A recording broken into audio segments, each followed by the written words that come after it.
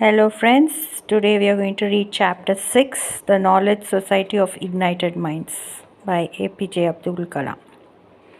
We shall start. Wisdom is a weapon to ward off destruction.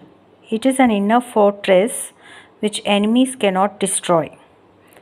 Thirukural.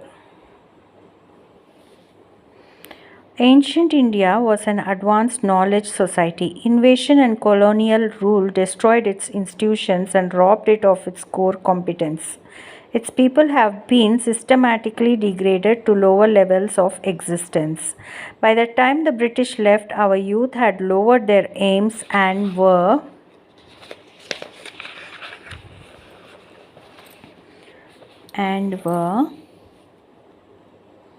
satisfied earning an ordinary livelihood. India is essentially a land of knowledge and it must rediscover itself in this aspect. Once this rediscovery is done, it will not require much struggle to achieve the quality of life, strength, and sovereignty of a developed nation.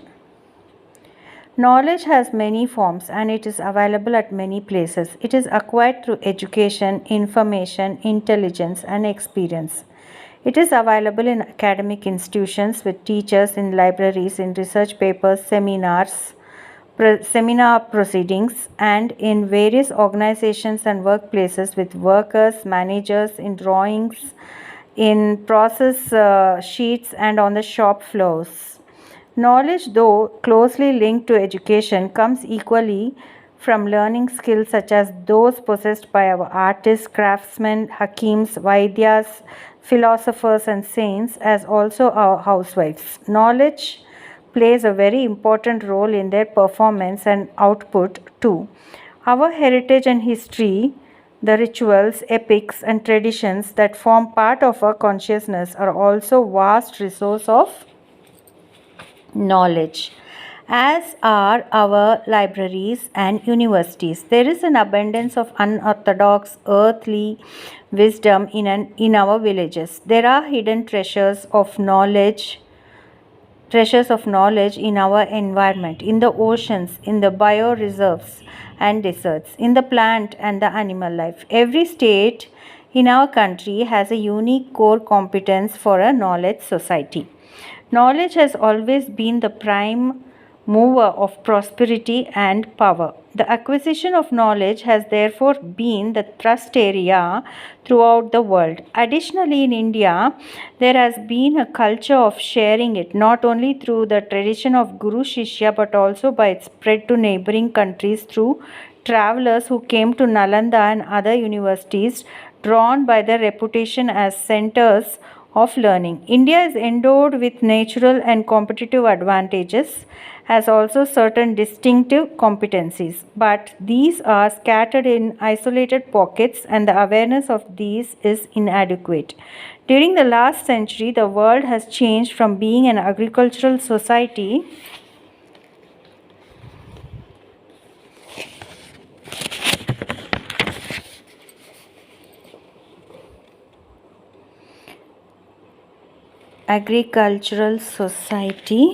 in which manual labor was the critical factor, to an industrial society where the management of technology, capital, labor provides the competitive advantage. In the 21st century, a new society is emerging where knowledge is the primary production resource instead of capital and labor. Efficient utilization of this existing knowledge base can create wealth for us in the form of better health, education, and other indicators of progress. The ability to create and maintain the knowledge infrastructure to enhance skill and increase productivity through the exploitation of advances in various fields will be the key factor in deciding the prosperity of this society. Whether a nation qualifies as a knowledge society is judged by how effectively it deals with knowledge creation and knowledge deployment. The knowledge society has two very important components driven by societal transformation and wealth generation. The societal transformation is in respect of education, healthcare, agriculture, and governance. These will lead to employment generation, high productivity, and rural prosperity. The task of wealth generation for the nation has to be woven around national competence.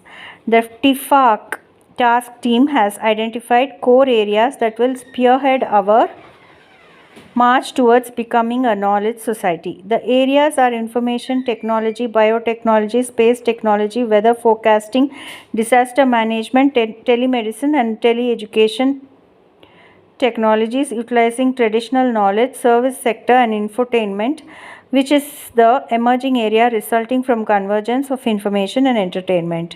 These core technologies, fortunately, can be interwoven by IT, a sector that took off only due to the enterprising spirit of the young. Thus, there are multiple technologies and appropriate management structures that have to work together to generate a knowledge society. With India carving a niche for itself in information technology, the country is uniquely placed to fully capitalize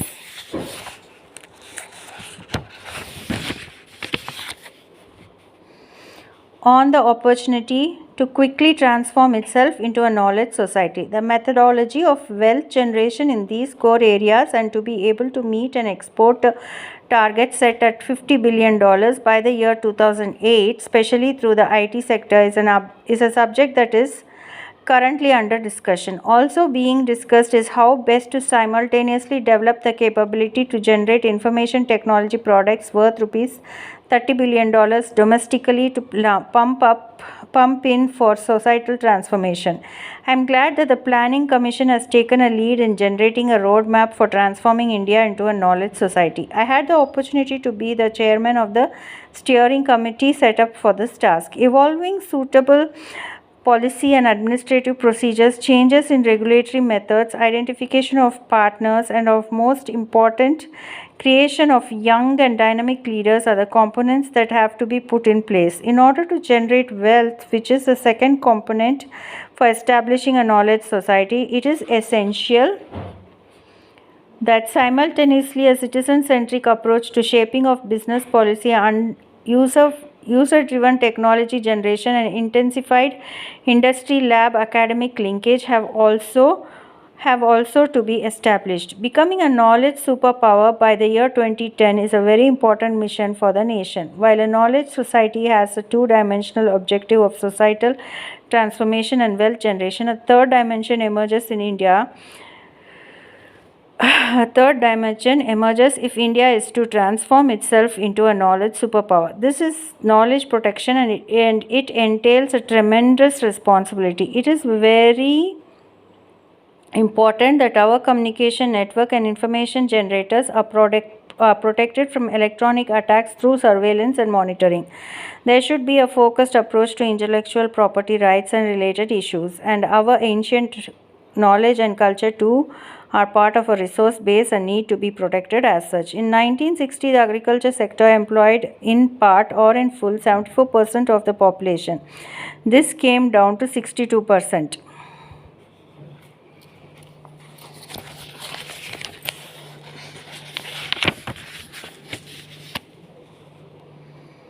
in 1992 and is expected to further fall to 50% by 2010, though the demand of agricultural products will double by then. Higher productivity and better post-harvest management will have to compensate for the manpower reduction in the farm and agriculture products sector. There was a function in Chennai organized by the Manipal Academy of Higher Education who felicitated me along with the father of the Green Revolution, C. Subramaniam, and eminent lawyer N.A. Palkiwala. After the function, I shared with the 90-year-old Subramaniam his vision of a second Green Revolution. He told me about his dream of setting up a national agro foundation that would develop hybrid seeds. His foundation would adopt small and marginal farmers and provide them with laboratory facilities for soil testing and access to information on the weather and market so that they could earn more through enhanced yields and better prices for what they produced. He aimed at bringing 1 million farmers under the scheme. Visionaries don't age. On another occasion, I was talking to the student of Dr. Mahalingam College of Engineering and Technology at Pollachi near Coimbatore. Dr. N. Mahalingam, a great industrialist and academician, was sitting with me. He was telling me how the country can generate wealth through agro, chemical, and textile industries. Amazed by his achievement in establishing industries and educational institutes, I asked him, "Sir, what is your next mission?" As I said this, I realized I was asking this question of a person who was about 80 years old. Mr. Mahalingam replied, "I have analyzed the Tamil scripts used in the last Sangam, which was 2500 years ago. Now I would like to do research on the Tamil scripts used in the first Sangam, which existed 5000 years ago. It was another reminder to me that visionaries don't age. In the case of industry, in 1960, 11% of the population was engaged in small scale and large scale industries. The trend continues with 11% even in 1992. However, it has to increase to 25% in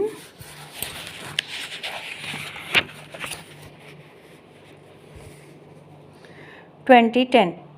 Bearing in mind the envisaged GDP growth and increased competition as trade restrictions are lifted under the WTO, the pattern of employment will take a new shape. Employment in the service or knowledge industry has increased 15% in 1960 to 27% in 1992, and it will further increase to 50% in view of infrastructure maintenance areas and IT sectors and maintain entertainment demands. This big change will demand more trained personnels. Our leaders in commerce and industry have to prepare themselves for the transformation. The fact that there is net migration from the village to city shows the disparity in living standards between the two. Ideally, both rural and urban areas should be equally attractive with no net migration either way. Near zero net rural urban migration is the mark of development. How can we achieve that happy balance? Rural development is the only solution. This means providing rural areas with the amenities that are currently available only in cities. This would generate employment on the same scale and at the same level as in the cities in the rural areas too. The other challenge would be to provide these benefits at a small fraction of the financial, social, cultural, and ecological costs the cities have to bear. It is the expectation that this combination of generating employment, bearing in mind environmental factors, will make rural areas as attractive as cities are, and if not even more attractive. Then rural development may be expected to prevent, if not actually reverse, rural-urban migration. Hence, PURA aim at integrated physical, electronic knowledge and economic connectivity. Experience in India has demonstrated that the true handicap suffered by rural area is poor connectivity and little else. Linking together a loop of villages by a ring road and high-quality transport may rectify the lacuna. Villages thus linked would also provide a large enough market to support a variety of services which they would not be able to do individually. The ring road and the transport service together can convert the linked villages immediately into a virtual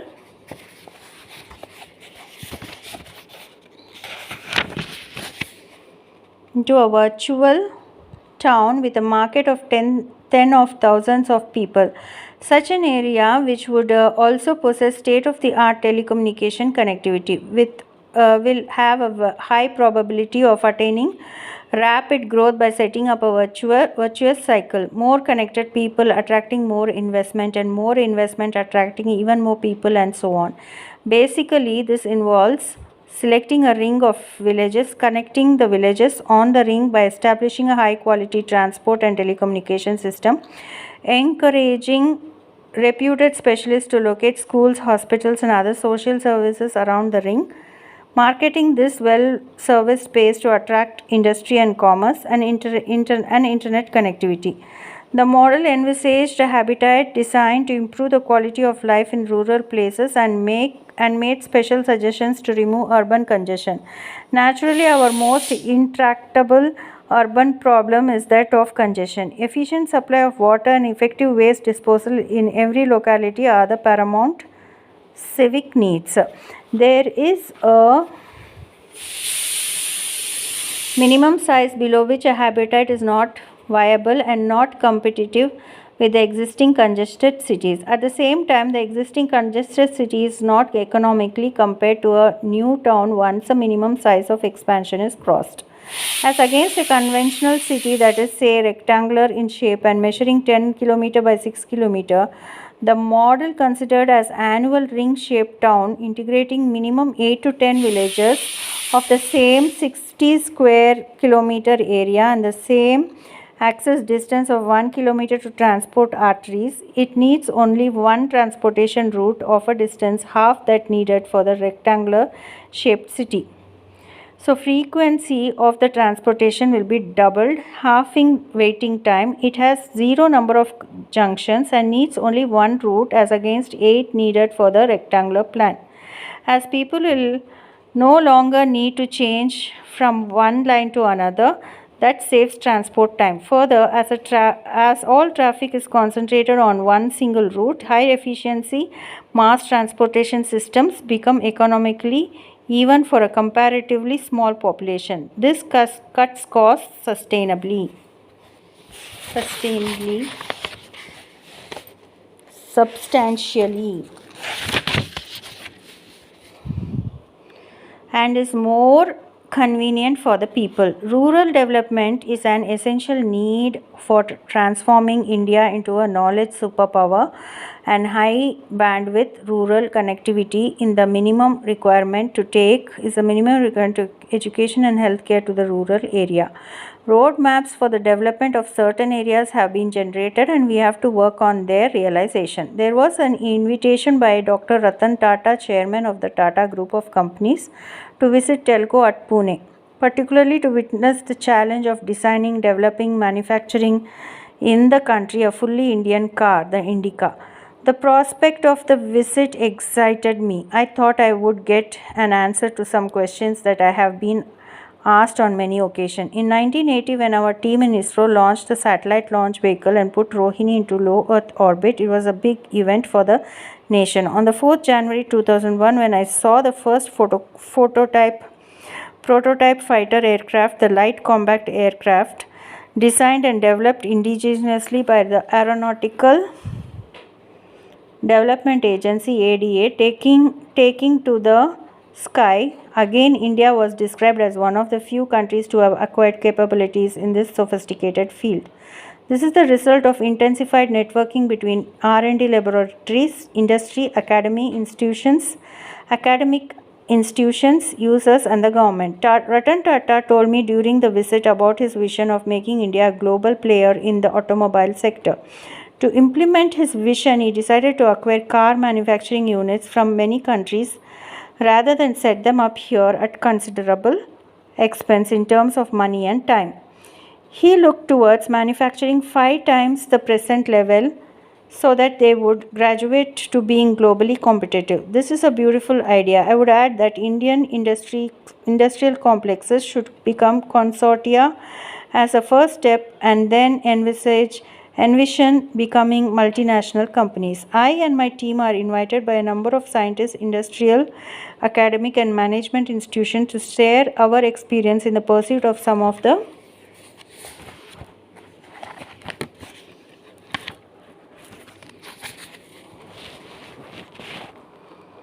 national tasks I have mentioned. One question that came up during this my interaction with students in Mumbai Ring, is in my mind even now. Dr. Kalam, we are very happy to see that India can build and produce its own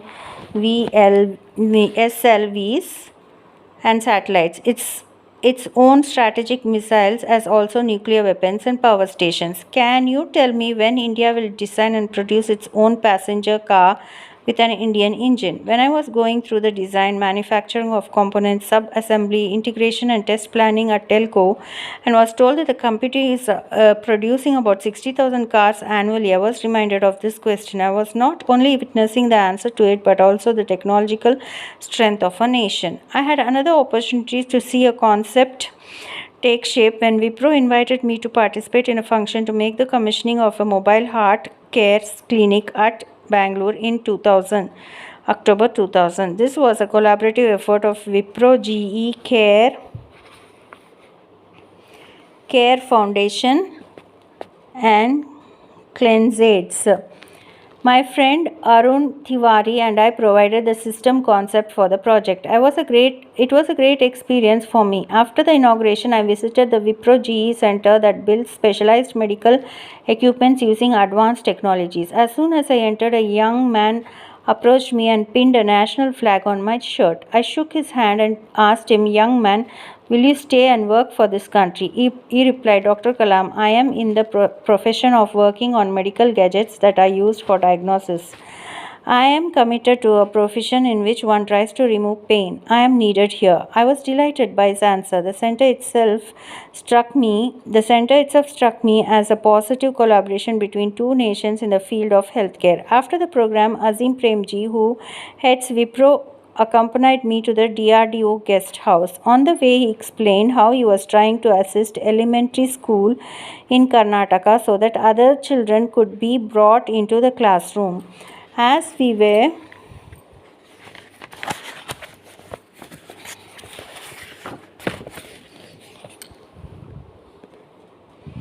having tea at the guest house, I asked him, how has Wipro reached its high stature in the business world? Premji gave a remarkable answer. Dr. Kalam, I can say there are three aspects that come to my mind. One, sweat for generations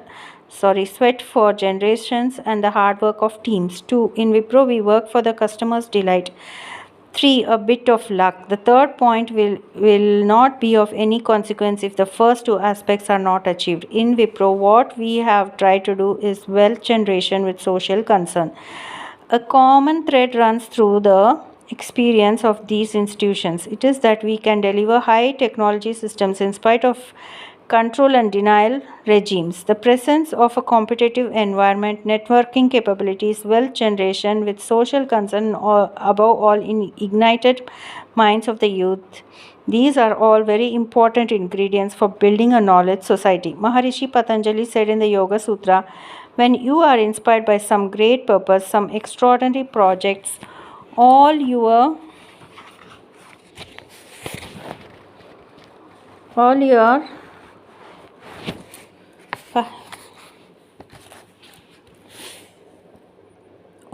thoughts break their bounds. Your mind transcends limitation. Your consciousness expands in every direction, and you find yourself in a new, great, and wonderful world. Dormant forces, faculties, talents become alive, and you discover yourself to be a greater person by far than you ever dreamed yourself to be. That is something addressed to all of us. It is the people of the nation who make it great. By their effort, the people in the turn become important citizens of their great country. Ignited minds are the most powerful resource on earth, and the 1 billion minds of our nation are indeed a great power waiting to be tapped. Summary. Ancient India was a knowledge society that contributed a great deal to civilization. We need to recover that status and become a knowledge power. We must learn from our mistakes to achieve a better standard of life. A developed India will supplant a spirit of defeat with a spirit of victory.